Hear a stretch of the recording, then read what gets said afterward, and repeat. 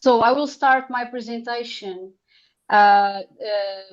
addressing the bio-stabilisation perspective that we have been working on in our committee and the international framework around the bio-stabilizer-based construction across performance approach for better resilience. So Earth is actually low carbon, but durability has a carbon cost. So why this committee exists? Because unfired earth is one of the world's most used building materials with very low embodied carbon, locally sourced, fully recyclable, good hydrothermal behavior. But its historic weakness is actually the durability under water action, traditionally fixed by adding Portland cement or lime.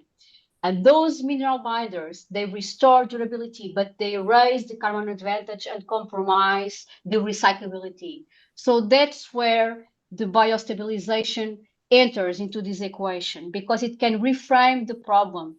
Use biologically derived agents such as biopolymers, natural fibers, or biologically induced minerals to improve mechanical and water performance while also preserving the low carbon recyclable profile of the earth material. So this is what we have been working on in the committee.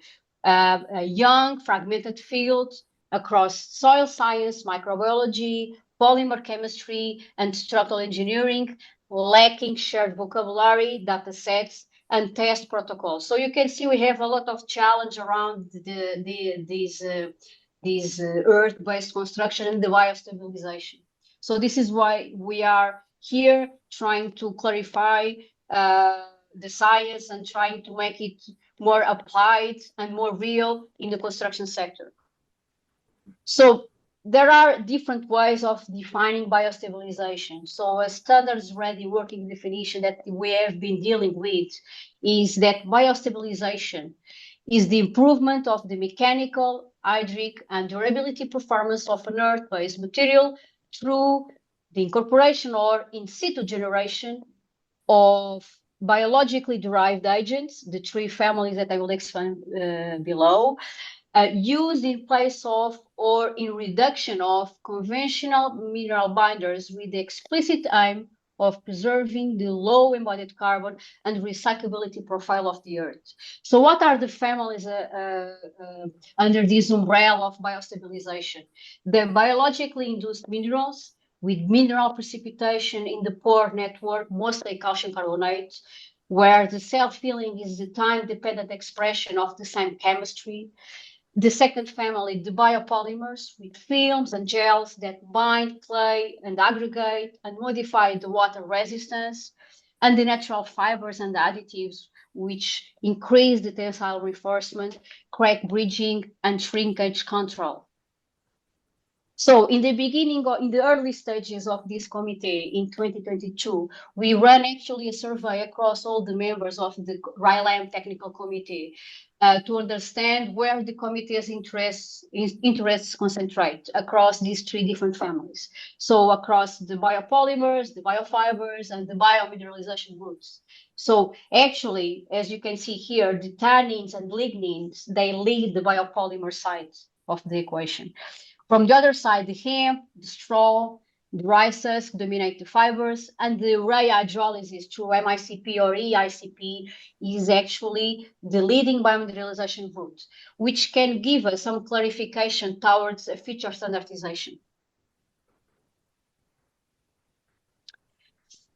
More recently, in the beginning of 2026, we ran a survey to understand the academics and the practitioners' perception across the different challenges of biostabilized earth-based construction, aiming at developing, designing round-robin tests to inform standards. So what we can see is that actually practitioners fear water, so should our test program. So we ran this survey across RILEM TC community, but also PROTERRA community. And as you can see, this is just a small part of the big survey that we run. we see that the water actually dominates the failure landscape with the drainage, the overhangs, the capillary rise, and the surface erosion, all rate above 6 in a scale that goes from 1, which is bad, to 7, which is good or very relevant. So in a scale 1 to 7, we can see that the drainage, overhangs, capillary rise, and surface erosion, they all rate at least 6 or above out of 7. We can see also that from this graphic, where you see the dark blue colors and the green color or light blue, you can see that those two colors, they distinguish what is classified as design or detailing challenge or a material failure challenge. For example, what is the first priority perceived under this stakeholder survey is that the inadequate roof and overhangs is actually a very important detail for people that deal with bio-stabilized earth-based construction, but also surface erosion, poor site drainage, foundation weakness, structural integrity loss, etc. What you can see also is that cracking is overfeared because drying shrinkage cracking is almost 5 in a score 1 to 7, which sits well below the hydric mechanisms, and this is actually a very useful corrective. So the top 3 failures are design detailing issues around roof, drainage, and foundations, and the material test alone are actually insufficient, but the surface erosion, which is the top 2 priority, is a material addressable, and for sure this needs to be part of a round-robin test program. In the questions more focused on the priority tests across the round-robin program, what you can see is that the top 3 priorities from this perception survey include the erosion resistance under wetting, the water absorption, and the compressive strength of soaked elements. So the mandate is actually explicit. A standardized performance round robin is needed, including these 3 main parameters. So the field's strongest card and the bridge to a future standardization is the fact that we are dealing with waste stream valorization, because priority agents are largely byproducts. For example, the cereal straw, the rice husk, the food processing residues, turning a disposal cost into a construction input. And unlike cement-stabilized dirt, bio-stabilized dirt can in principle return to soil or be reprocessed, which is actually a pure and genuine circularity, not a downcycling approach. And the bioadditives can be produced and applied near the site, shortening the supply chains and enabling the upscaling opportunity. So all this is very relevant for the standardization.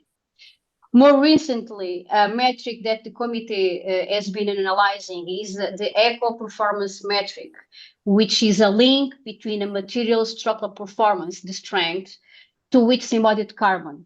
Because paired with a binder intensity index, this can let a bio-stabilized mix to be benchmarked directly against the cement control. So there are 3 main gaps that compound one another.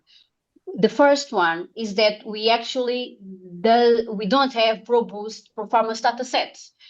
Specimen geometry, soil characterization, dosing, curing, and test methods vary between different groups, and the literature cannot pull into design-grade data easily.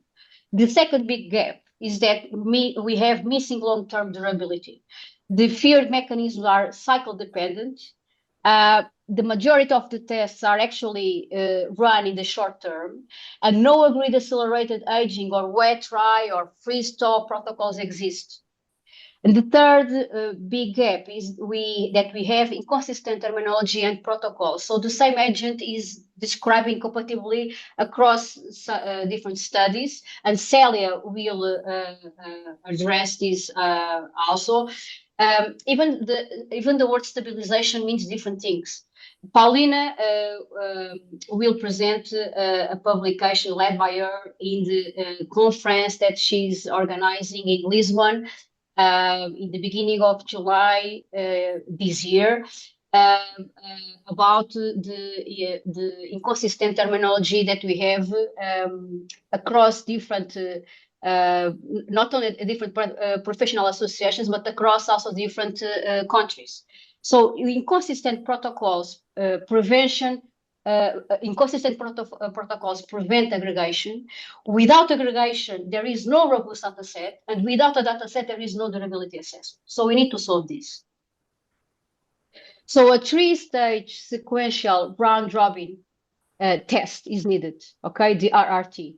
So the first level is the level that we are currently addressing, which is the material level performance, which includes round-robin tests to address the soak compressive strength, the water absorption, and the grid erosion test on the standardized specimens.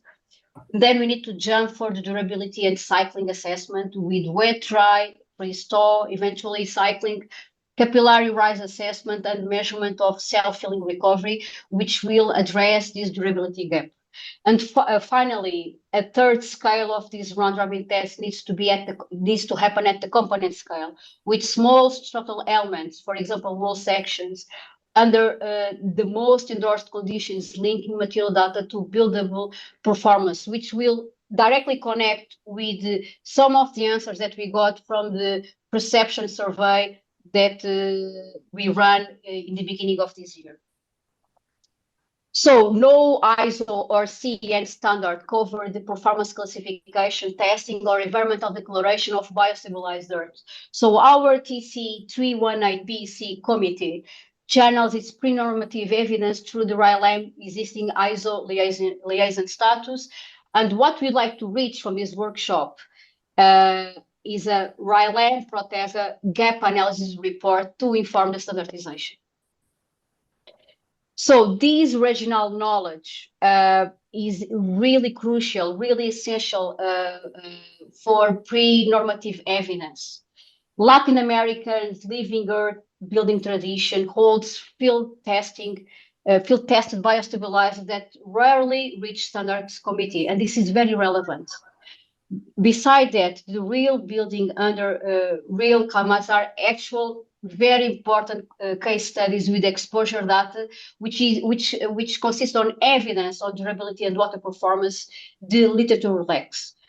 So mapping where regional experience is data-backed and where round-robin testing could elevate it is needed.